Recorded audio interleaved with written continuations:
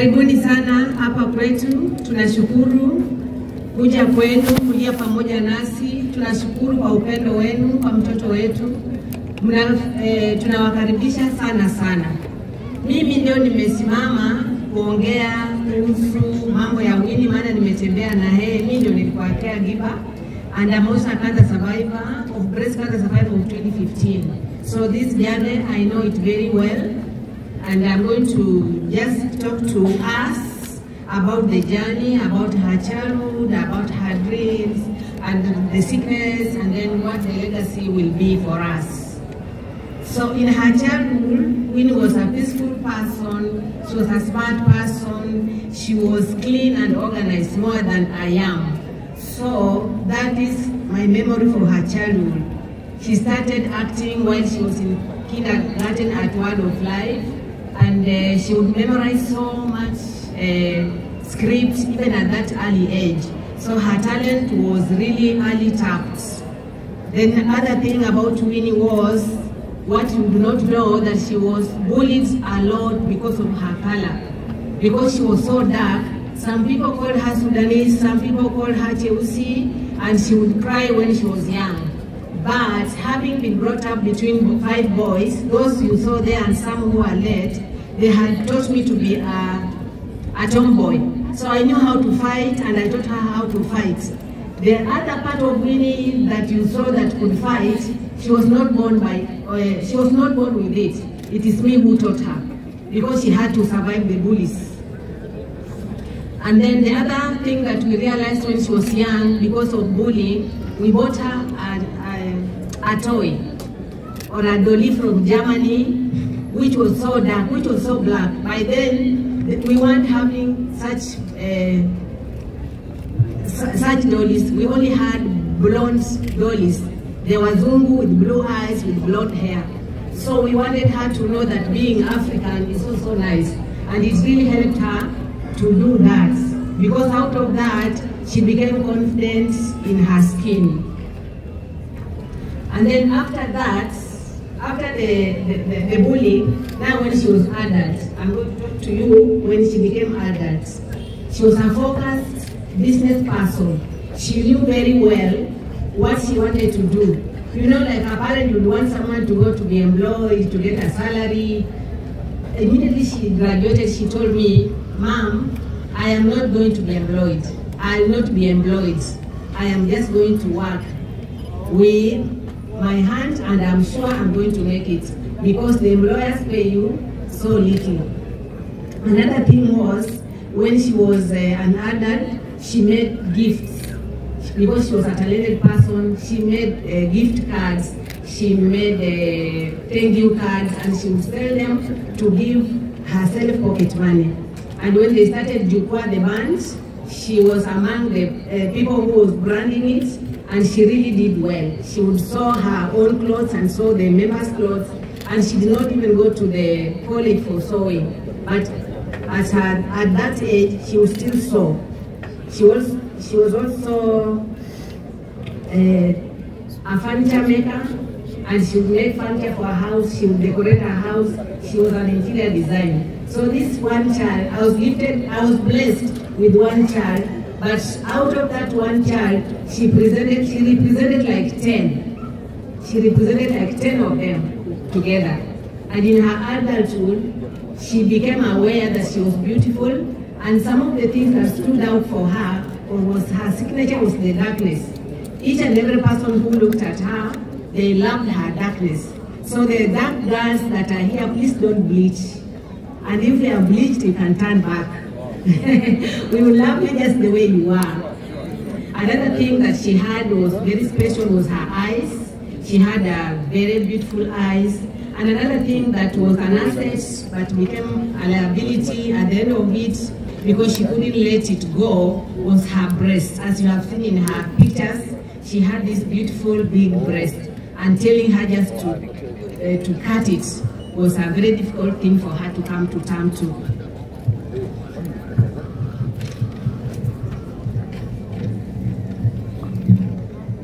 So as Winnie was a performing artist, she loved, in her dream, she wanted to become a star.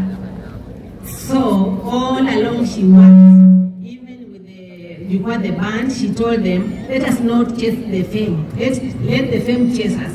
So they just presented themselves. They will present themselves as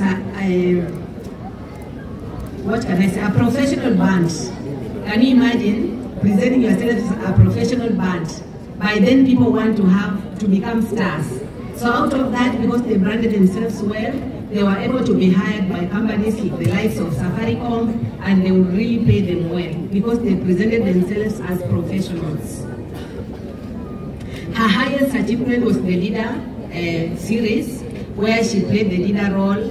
She said that she didn't like the role in the beginning, but the role gave her mileage. We thank you, the media people. We thank you, Lulu, for having given her that chance. People loved the character of Dida, and it was almost her character because she was exactly like that.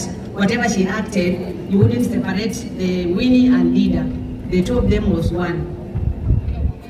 Another thing that she did was she was very creative, and we used to fight sometimes because she'll come and turn over my house and throw away things. She will tell me, this is too old, let it go. And me, I'll hold on to it. I don't know what troubles the creative. They don't want to do something over and over. She will come and she'll just look for trouble to trouble herself by doing and redoing it and rebranding it. So I came to know that the disorder that she had was called, in her DNA, was called creativity. So for the people or the parents who are here with children who are creative, just let them be themselves. Do not force them to become doctors. Do not force them to become engineers. Just let them be what they are. Her motto was kindness. She was very kind to each and everyone. She treated each and everyone with respect. Even her house manager is here. I tried to tell her to remain in the house, to keep the house for me, and she was crying and lobbing around. Nyanya, why do you want me to remain? Me, I want to go. I want to go and see my Auntie Dida off. So she really loved people, and she related well with each and everyone. Even the border guys, they took to guys. They still call me. They gave me contributions. They still condole with me. Her friends are here. She would relate with each and everyone in your capacity, at your level. So I'm going to talk about her legacy. No, whatever she achieved, the 31 things, she worked with the Estee Lauder. They worked together with Estee Lauder, an international company, a beauty company, to run the 31 days. They had reached to her while we were in Turkey that she does the same again this year, but it was never to be.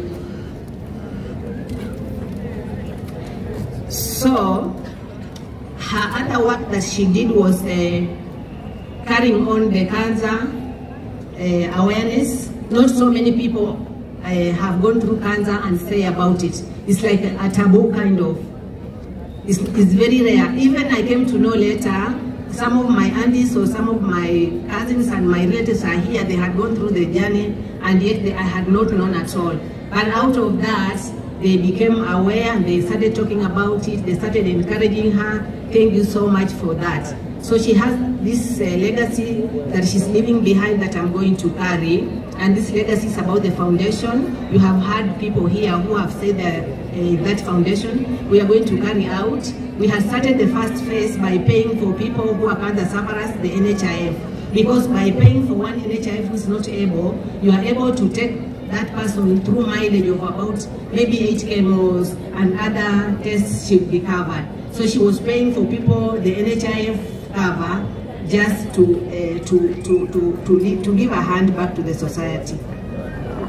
So she had started a documentary for taking care of the cancer patients. We were to make awareness, the family members, the caretakers, what it takes to be a caretaker. As for me now, I have been a caretaker and I have been a cancer survivor. So I know that journey very well, and I'm going to carry out that legacy. We are going to complete the work that she has started, hand in hand with the people of the foundation. I'll be there for you fully because I understand the journey as a caretaker and I understand the journey as a survivor. So in her sickness, I'm going to talk about her sickness. She had a cyst in her breast when she was about 14 years, and it got us worried. After being tested, it was found to be benign. And then we stayed for a long time again. It was still there. We were going to Aga Khan Hospital. They tested again, it was still there, and it was benign. And then they said, no, it will disappear maybe when she gets children or when she grows up. But it never went away. At a certain point, she was worried because it kept growing. So during the corona time, is the time that she realized, around that period, that all was not well, because she would get her periods and be in pain, and that in the breast. So until after the periods, then the pain will go away. So it became so bad at a certain point that it never went away. That's when she went for tests, and it was confirmed that it was cancer. So at that particular time, she didn't want each and everyone to know about it. She said that she doesn't want pity parties because people would bring her down. She wanted to be positive, she wanted to be focused so that she can get well faster.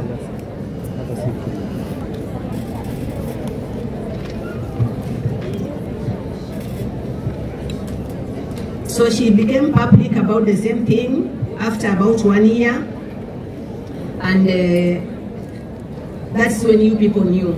What you did not know, that she had been suffering for a long time. So she started her treatment at the Coast General Cancer Center, where we have facilities nowadays. She did 8 rounds of chemo. Thereafter, she was put in, on oral therapy for about 6 rounds, and nothing much changed. So that's when we came to you people, telling you that we want you people to support us. We want you to work with us, and you were really helpful. You came through for us, and you enabled us to go to Turkey, where we were given treatment. She got 9 rounds of chemo again, and then she was still put on oral therapy because cancer had not cleared in every part of her body.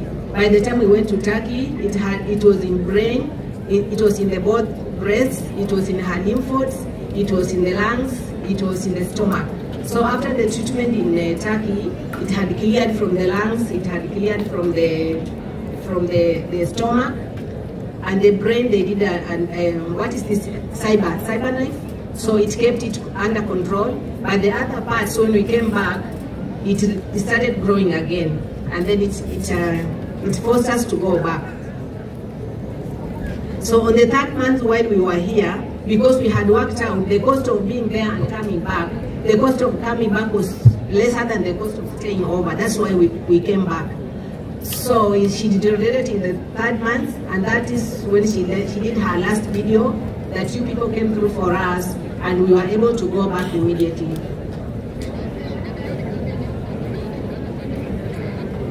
So in Turkey, we did not have much time, because when we went there, she had really deteriorated, and the doctor told us the things are not looking good, but they are going to try their level best. So in that time, because I was working with her, I was encouraging her, I was a cancer survivor, I trusted God, I believe in God, and I trusted that God was going to heal her. So while we were waiting for the treatment, she told me this one thing, that, Mom, I have had a conversation with God. Then I said, what kind of conversation? She said, I have asked God that if He knows that I'm going to die, let me just die now. But if He knows that I'm going to get well, I am ready to hold on, because I'm in so much pain that I don't want to go on like this. But then if I'm going to go through the pain and still die, I'd rather die just now. That was the second last day that she told me that. So on the following day, she wasn't talking. On the 3rd day, she passed. So I have said about the foundation, my call of legacy. I'll continue to do that. Her work, I'll carry it on.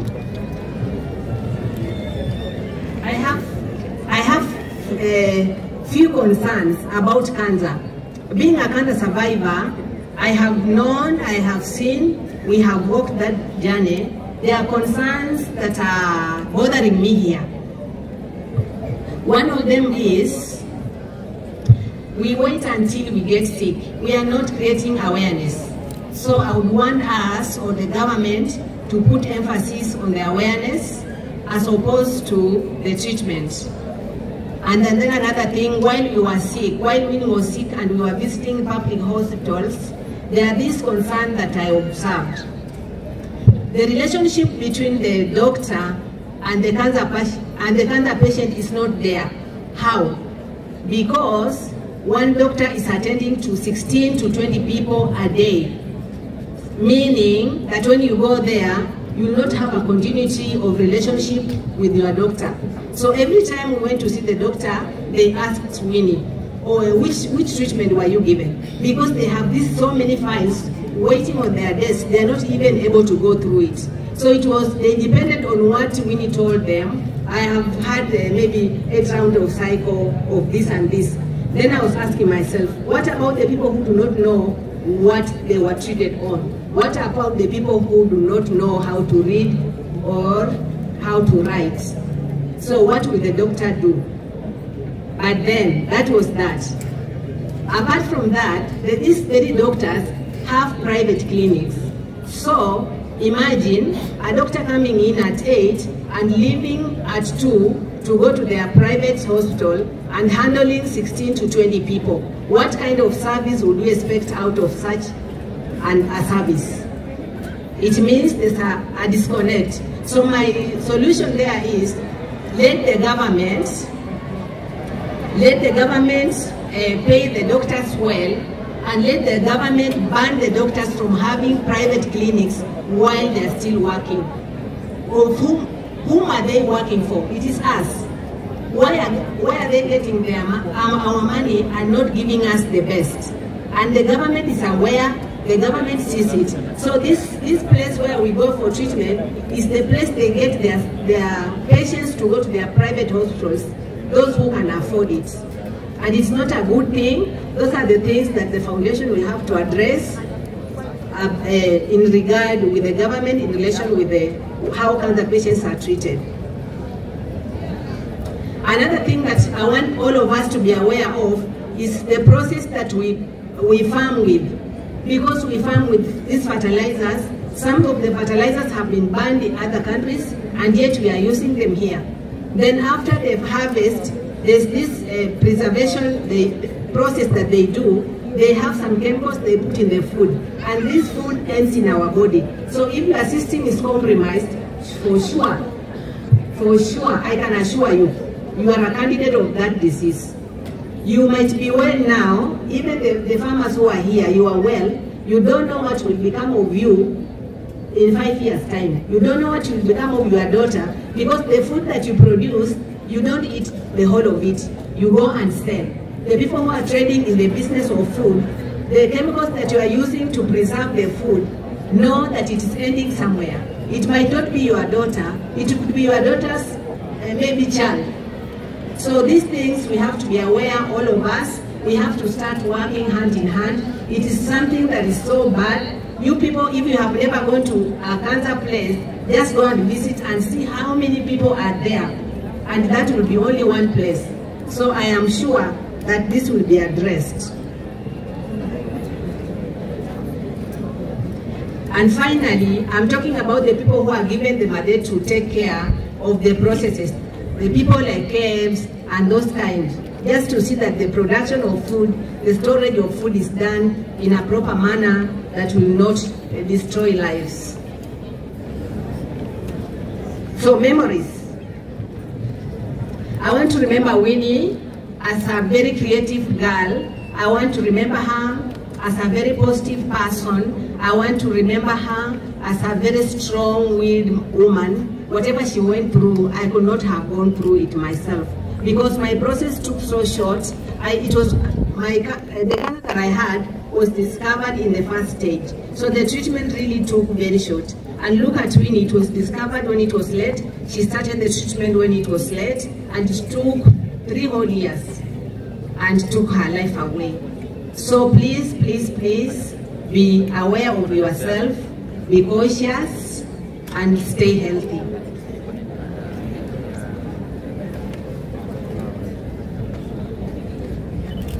So I just want to register my thanksgiving to all the people who have stood with us to Mount Zion Deliverance Church Mombasa, to the media fraternity, and the others who have stood with us. I think that I leave to the chairperson who is going to give thanks.